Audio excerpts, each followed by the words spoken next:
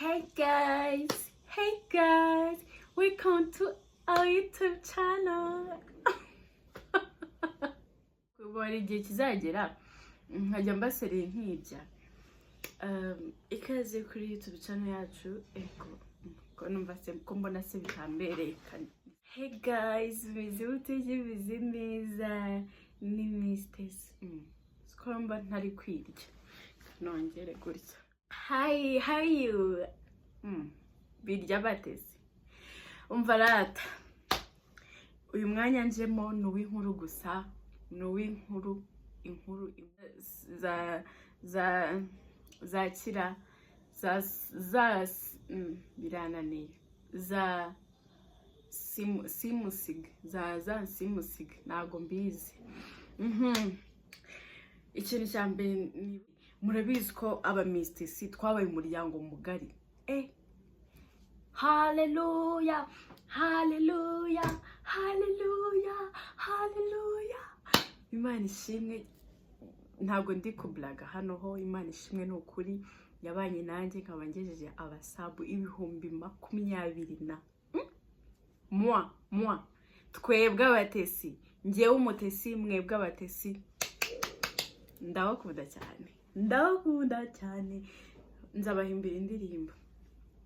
Bakunzi be mwarakoze gukora subscribe, mwarakoze gusharinga n'abagisharinga, ubu Imana ibongerera umugisha. Ndabakunda cyane n'ukuri, ndabakunda cyane, umutima wanjye urabishimira. Urabakunda cyane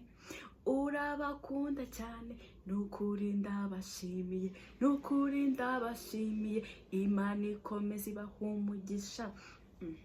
Usirijwe niri abantu bazi kuririmba bazambwirira ijwi ahantu noreka nze ndapi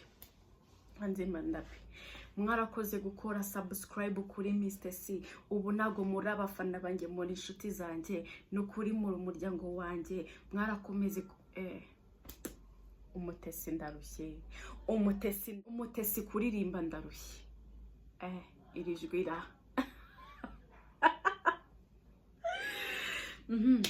ariko nukwishima Imana yabanye natwe twategereje ibyo 2028. N'ukuri mwarakoze kunshyigikira, hari abantu basharinga ama video yanjye, n'ukuri Imana ibahe umugisha.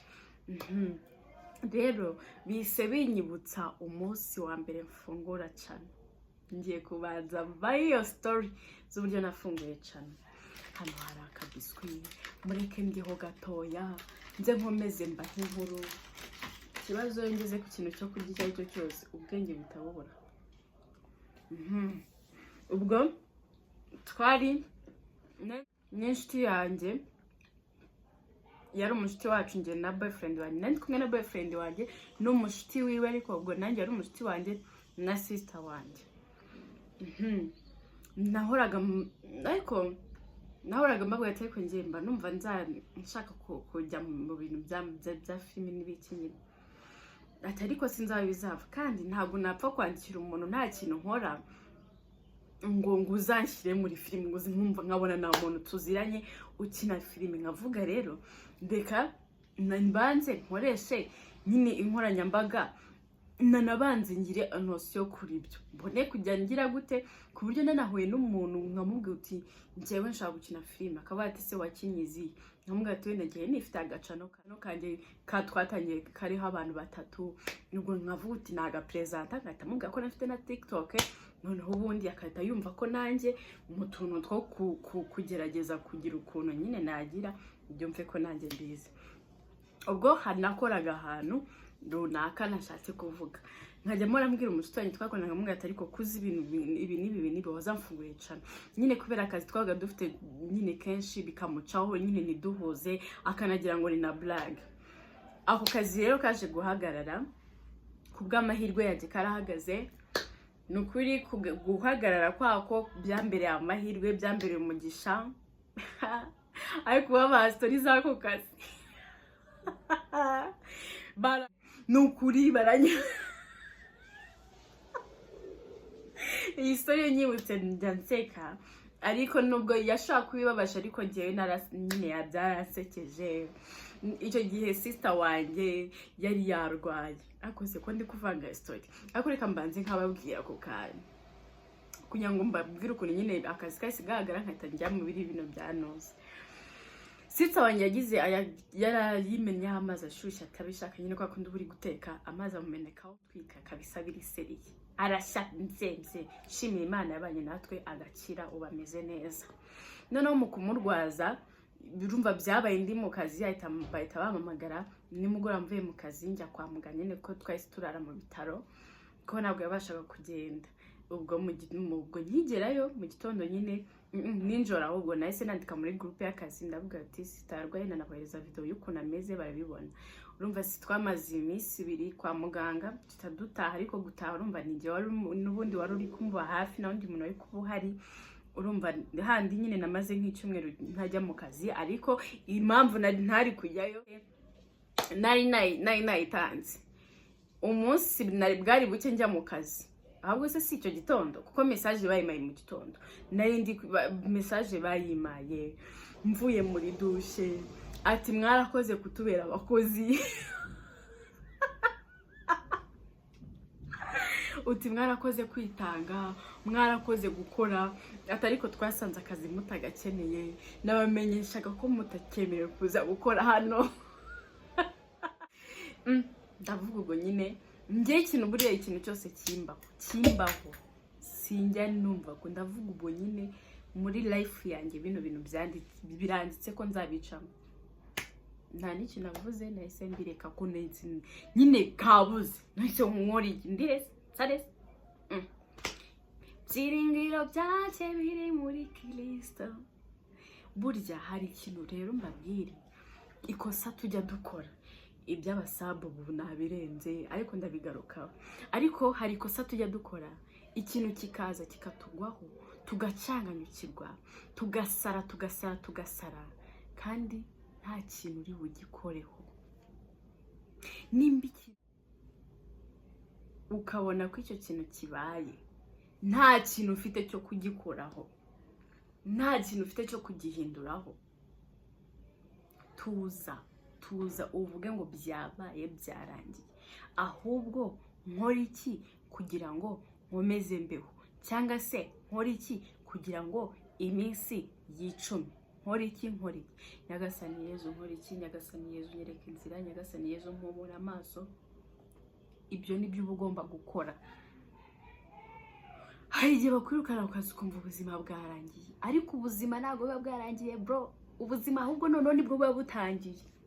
Niyo mpamvu biba bigusaba ngo umera ngo tangire, nibwo ugomba kumva, nibwo ugomba gutekereza ikindi ugiye gukora kugira ngo ubeho.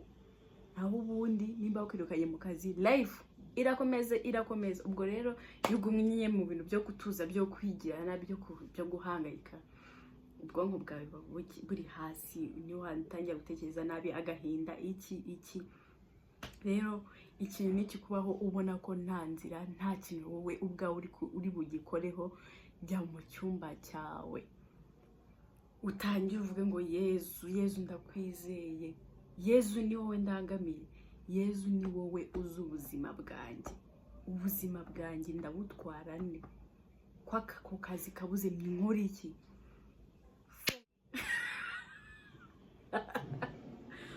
Koresha TikTok ariko nikoreshe nabi, koresha channel ariko ntukavuge ibintu bibi, ko itikubwira.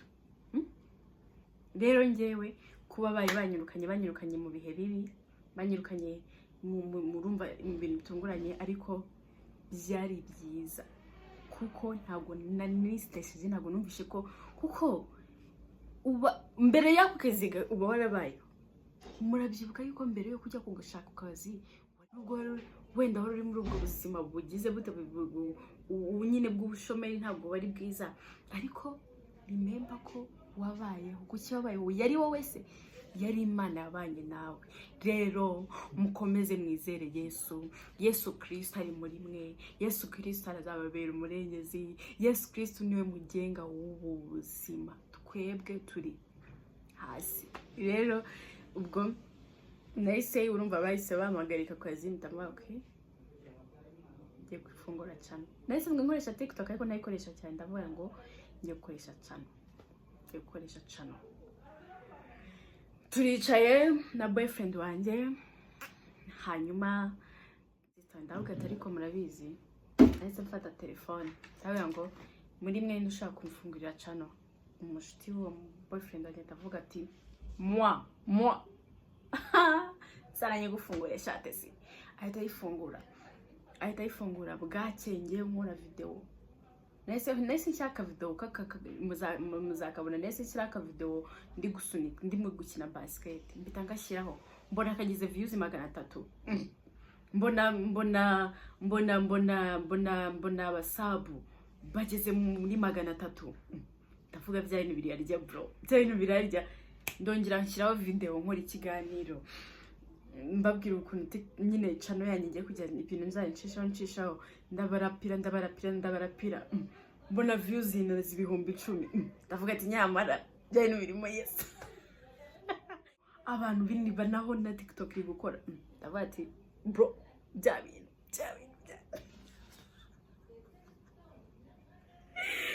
ndavuga ati bya bintu bisiko biri kurya rero birakomeza birazi. Impamvu rero nashatse kubibabwira ibyo ngibyo urumva nimba channel yanjye yaratangiye turi abantu 3 ikaba igeze mu bihumbi 20 bingahe n'umugisha. Rero umuryango mugari ndabakunda mbahorane kandi ukomeze wiyagura umuryango wa Mr. ukomeze waguke maze ubundi twibereho neza. Gusa abatesi nimukabura Imana muri mwe. Ndonye ndababwiye nimukabure Imana muri mwe. Kandi ikibazo ni cyiza wigitinya wigihunga ngo usubire inyuma ujye uvuga ngo ndakora ikintu bigenze gute. Gisatire cyegere uvuge ngo Mana kwiki kintu ndi kumwe nacyo ko ndi umunyantege nkeya nkora iki, iyi situation ngezemo mvuga iki. Imana igutoza ukuntu uvuga, Imana igutoza ukuntu uri buceceke, Imana igutoza ukuntu igutoze maze uzabivamo uvuga ngo wow. Ibyo bintu biraryoha iyo wageze mu kintu gikomeye ukumva ko birangiye ugaca ugufuka bw'Imana ngo none aha nkora iki. Ukumva kajwi kajya kaza ukatfati reka nihangane ukihangana. Nyuma yo kwihangana akaza ibintu byiza. Bya bintu biraryoha ndayibatuye. Rero nimukabure Imana muri mwebwe. Indi story rero story iratangiye akanzo gato. Noneho ubwo story nkoyishije ndeye kwata story y'umuntu. Uwo ni umuntu shama, uwo ni umuntu mubi inshuti mu gitondo akaguhinduka. Ako muziko hari igihe uri kumwe n'inshuti yawe mwakundanye mugakundana inshuti yawe mugakundana cyane ariko mugakundana inshuti yawe mukajya kuryama rwose mwakundanye yatashye iwabo nabo batashye iwawe mwakundanye. Mu gitondo ukajya kubona ukabona atariko ngende kamurashwanye aka kanya se mupfuye no muntu somono. Ubwo rero ngiye kuba story y'umuntu ariko nsigaye meze nka Jitafu, nsigaye nibagiwe, nsigaye njya kuvuga numva nakibagiwe. Ariko nanjye kubatera story y'umuntu wigeze ndababwira umuntu abatesi ndababwira umuntu abatese ndababwira umuntu abagize atya turakoranye. Mu gukorana umuntu arambwira ati Tesi rero ngiye kuguha akazi.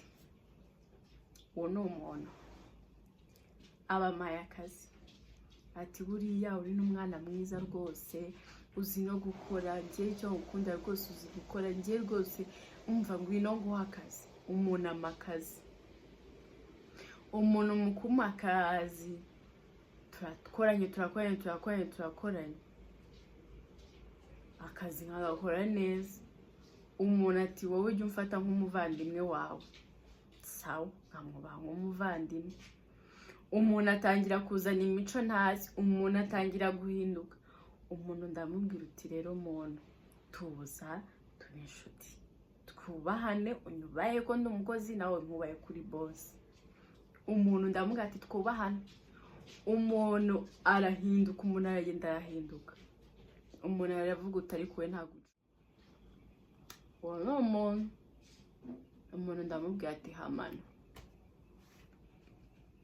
Umuntu yakubwiye ko ari umuvandimwe wawe, tunareka ibindi bundi.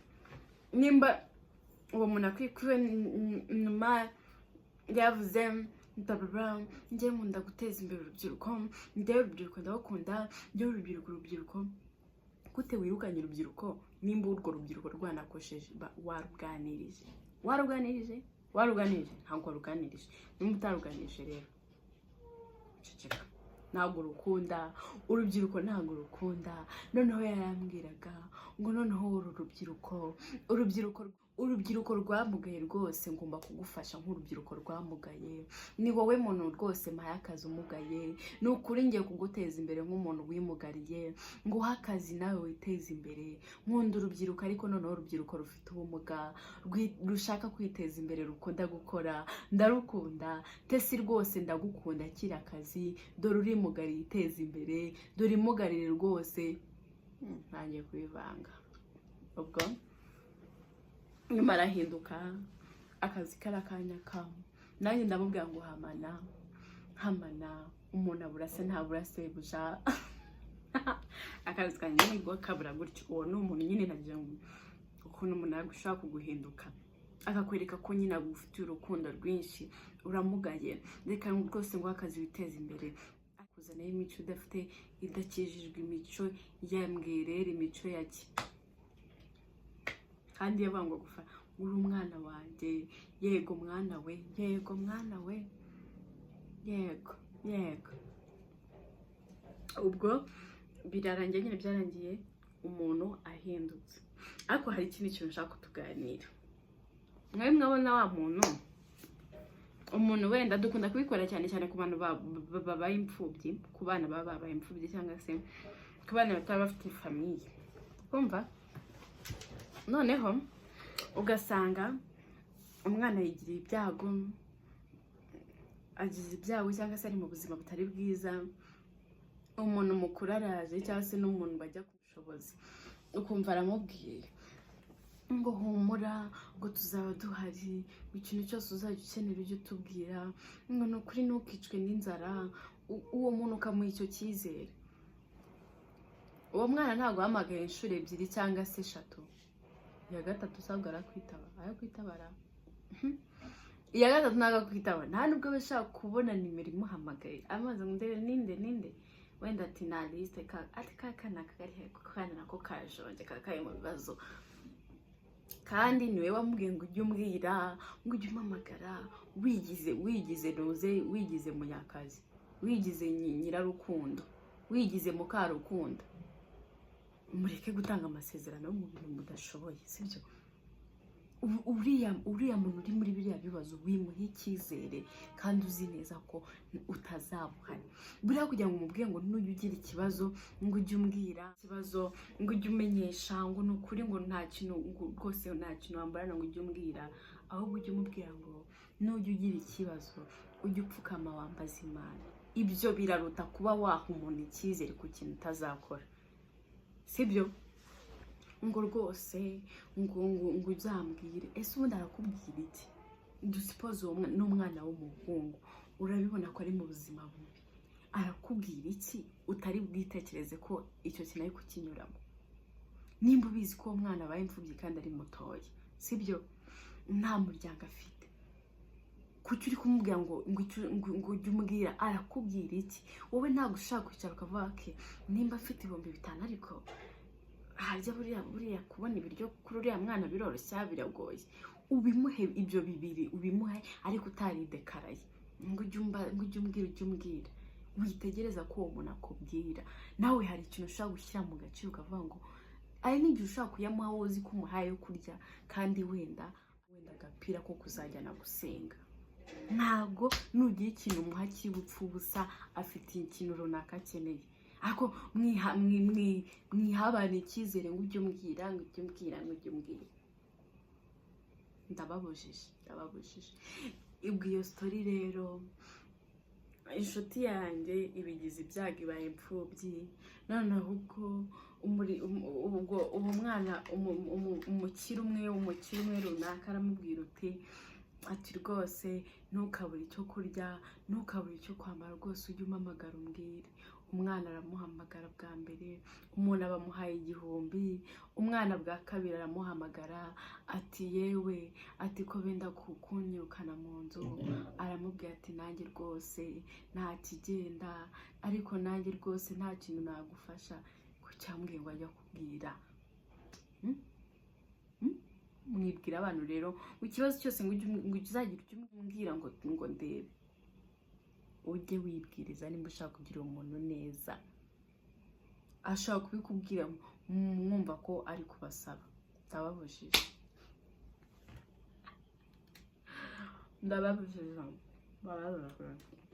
Ubwo rero mugiye gute mumenye kumva. Buriya kumva ni byiza kuruta kuvuga. Biba byiza nk'iyo uwo muntu wenda ukavuga ati kariya kana ushaka kuzagafasha byisezeranye we mu mutima. Uvuga uti ngiye ko nzajya mbishora rwose nzamuha icyo 1000 mu mutima wawe. Ntunamusezeranye ko uzakimuha, bivuge mu mutima wawe, ku buryo nihabaho n'impamvu yo kutakimuha nta kosa uzaba ukoze. Nyine ubwo byanze rwose waragerageje birapfa, ariko ukumva ko nyine iyo gushaka kubikora urashaka kubimusezeranya uzi ko wenda uzanabikora pe, ariko nyuma bikanga. Ariko nimba binanze wimweka ko wagize wimuhi ubundi kiremwa muntu wiha icyizere mugenzi wawe ngo ujye umbwira ngo ngugirire gutya. Bikore kuko byakuje makoro wimubwira ngo ujye umbwira, kuko buri muntu aba afite ibibazo byinshi. Iyo uvuze ngo ujye umbwira, aha wishyizeho umutwaro wa muntu we. Ibiturije hano hanze ni byinshi. Reba nk'umuntu ariko nekereje nk'umuntu wanyise mama akavuga ngo shanga ujye umbwira ngo nubura n'ikibazo ujye umbwira. Wazabivamo n'ibibazo mba nifite ahangaha. Wenda avuga uti pesi rwose pesi buriya murebye akantu mba numva aramukora atarikoresha mana uzanshoboze pesi ngiye mufasha ubigumane muri wowe. Nujya ubona ibyo 5 nyine ubime. Nujya ubona ibyo 5 bime cyangwa ibyo 2, ariko wize imbere yajya umbwiye ngo ikibazo cyose uzayigira ngo ujye umbwira. Ntabwo bife kwagiye kubwira ntugisubize, wenda ntunagisubize ku mpamvu zaguturitseho nyine niko byagenze. Ariko iyo bibaye 1-2 uwo muntu bumubabaje, sibyo? Kandi abantu benshi bakunda kubikora, cyane bano bana ngiye niba ndi kuvuga baba bari mu buzima butari bwiza cyangwa nanjye kuvuga ibintu. Ubwo rero mugerageze muhinduke inshuti zanjye. Ubwo rero tutarangiye cyane bakwe kakaje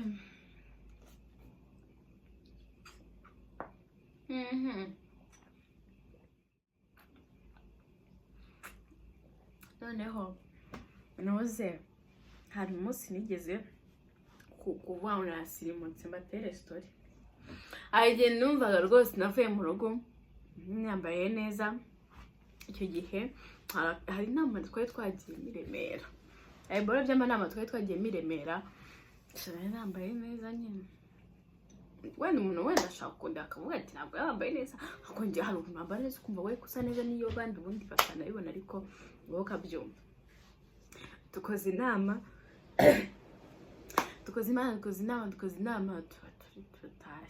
twatashye busa nkaho bwije. Noneho nari ndi mu muhanda umanuka i Remera, murebe igare y'i Remera. usa nk'umanuka nyine usa nk'ugikanombe.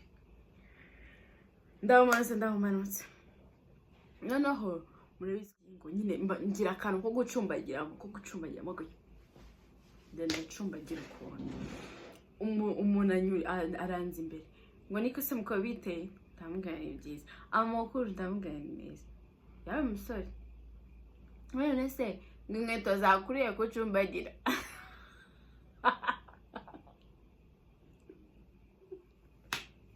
Ntabwo yamenye yuko ari ibibazo byanjye by'ubumuga, ntabwo yamenye yuko ari ibibazo karemano. Nari nambaye ipantaro ifashe, ntabwo yari yabonye mu ivi nyine, ndavuga ati no mwe nambaye ikintu runaka, ngo inkweto zakuriye kucumbagira. Byaransekeje n'iyi saha ndabyibuka nkumva naseka, none yabivuze nyine ubona ko inkweto zakuriye kucumbagira.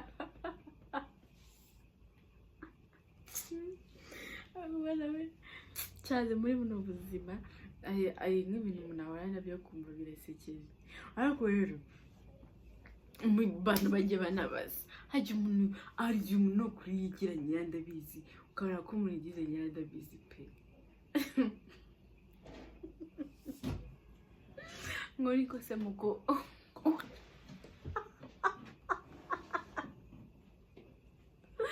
inkweto zakuriye kucumbagira. Indi story rero ubundi uno mwanya no kuvuga cyeka icyo ntibwibagirwe, ubundi na story mwese na story gusa kuvuga tukavuga mwana meke batera story. Hari igihe nagiye mu rukundo, naga story kambaye muri ya inkuru y'urukundo rwanjye. Ntabwo ibyo ntabwo nabivuga, ariko n'ubundi turi muri story time. Reka mbabwire, ubwo umusore turakundanye, umusore dukundanye ndashya aza kujya gahunda ndi nkuru. Reka mbatere story z'ukuntu nigeze gutendeka, nuko mbagize gutya ndatendetse. Njye musanzwe ntabwo nyine nzi gutendeka pe, n'ukuri njyewe nendetse baramfata kuko ntabwo nzi kwibuka ngo nimba wenda ngo nzi ko ndi buhure na boyfriend wanjye, ngo ndibuka ngo kujya mu ma message sibe, sinzi kuvuga ngo nabanje kuvugana n'umwe ngo nyuma undi muntu tuvugane. Mbese ubwo nituvugana nimba navuganye n'umuntu wa mbere kandi turi guhindana ngo turi gukundana, uwa kabiri ntamamagara sha, ntago ndi bumwitabane nyine urumva ari bubyumve ko rwose ndi kumuvugisha ntabishaka, kuko power za mbere rwose nazimariye kuri wandi wa mbere. Rero sinkunda gutendeka. Nimbuzi ko tunakundana, ungirira icyizere sintendeka, wahita umfata rwose utuzuteka. Nuko mbagize gutya nkundanye n'umusore, noneho inyuma haza undi, ndavuga ati ariko se n'ubundi iyo nguyu ko mbona biri bicika intege, reka nuyumve kumwemerera, n'ubundi uru rugendo rwose turugendanemo ari babiri. Njye nanjye nabaye umuntu ukunda abantu babiri. Uwo ni umuntu tuba tugeze gutya turakundanye. Ubwo message ubwo ari ukuntu nabyukaga nkaba nandikiye umwe, good morning honey, waramutse ute, ndizera waramutse neza, umunsi mwiza kandi ndagukunda, ngiye mu kazi rero wiyiteho. Na wa wundi wa kabiri bikaba gutyo, na wundi wa kabiri nkamubwira ati waramutse, nyine nkamubwira bya bindi nabwiye wa wundi wa mbere. Reka rero rimwe nzahure na Nyamuhungu ati ntabwo yarasanzwe gufata phone yanjye pe, nabamubeshye, ntabwo yarasanzwe gufata telefone yanjye. Niko sinzi umuntu wamuhamagaye aramubwira ngo nimba umuntu yaragiye kohereza amafaranga, ntabwo mbyibuka neza. Arangije arabakwerekanze biba ngombwa yuko ari bunire telefone kugira ngo yandikemo nimero. Ndayimuha numvaga nta kintu nikeka njyewe desi cyo umukobwa wese njyewe nakosa mfite nyine nta cyaha cyo muri telefone numvaga nishinja. Mba ndamuhaye telefone, arangije agira ate arandika nimero arohereza, ariko gumana telefone arakomeza arayikoresha nyine. Noneho bigira bite birangira agiye mu message. None ajya mu message mba naragiye nohereza. Icyo gihe nari mfite gatouche.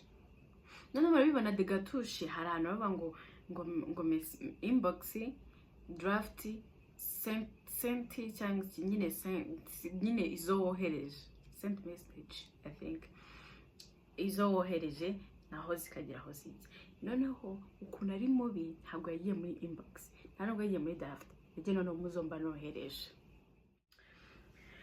Umuhungu ajyamo arareba abura rwose, hamwe nari naranditseho my love, ahandi nanditseho king.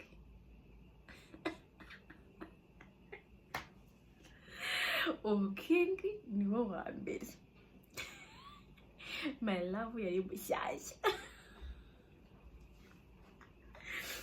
Abonye my love, abona nimero 6, gusa abona message namwandikiye, abagiye kuri king, abonye message, abona message zirasa.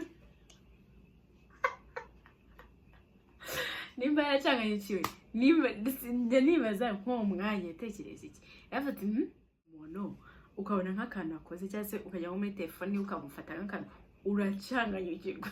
Uba wumva ati cya telefone ndi gusoma nabi, yasuyemo nk'ishuri ijana. Ndabyihorera ko natanye confidence voice, ariko baranzi jete singewe baranzi. Nkitana confidence rwose, ngeze mu rugo ndamwandikira, umva ikeya ikomeza kuba keya. Kakabaye abaranyandikiye ati ndagushaka.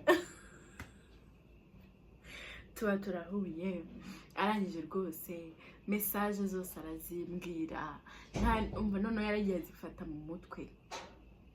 Arambwira ati noneho atagasuzuguruka, ibyo unyohereje nawe nibyo umwohereza.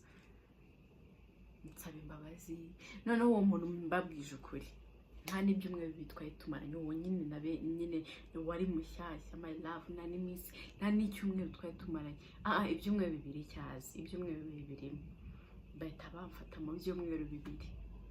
Ndamubwira ati no kuri dore nta n'iminsi tumaranye, nikosa rwose naracitswe, naguye mu gishuko nkunda, n'ubundi rwose ni wowe nihebeye. Imba yarambabariye, byarangiye n'ubundi nyine dushwanye yabaye ex. Icyo gihe nimba yarababariye nimba atarambabaye ntabwo mbizi, ariko ntabwo yambabariye ko yahoraga abigarura abicyura. Ndavuga rero reka ndekure, n'ubundi twahoraga mu bibazo, reka ndekure. Birangira turekuye, gusa ari inshuti yanjye twaricaye. Ndamubwira ati rero urukundo ni urukundo rwo kwishima no kunezerwa, ni urukundo rw'abantu bavugana neza baseka. Noneho urukundo rwacu dusigaye duhora mu munonganya, dusigaye duhora mu matiku, dusigaye duhora mu bujajwa. Reka twitandukanire, wigendere nigendere, uzahirwe nanjye mpirwe, dusezeranaho neza, maze bitabirangira. Nuko tuzibonye bamufashe mu rwose, baramufata asigaye areba nka mbegurubwa. Niyo story nayo yambaye. Indi story rero anshakeje, nigeze gukora ikanseta, nigeze kugira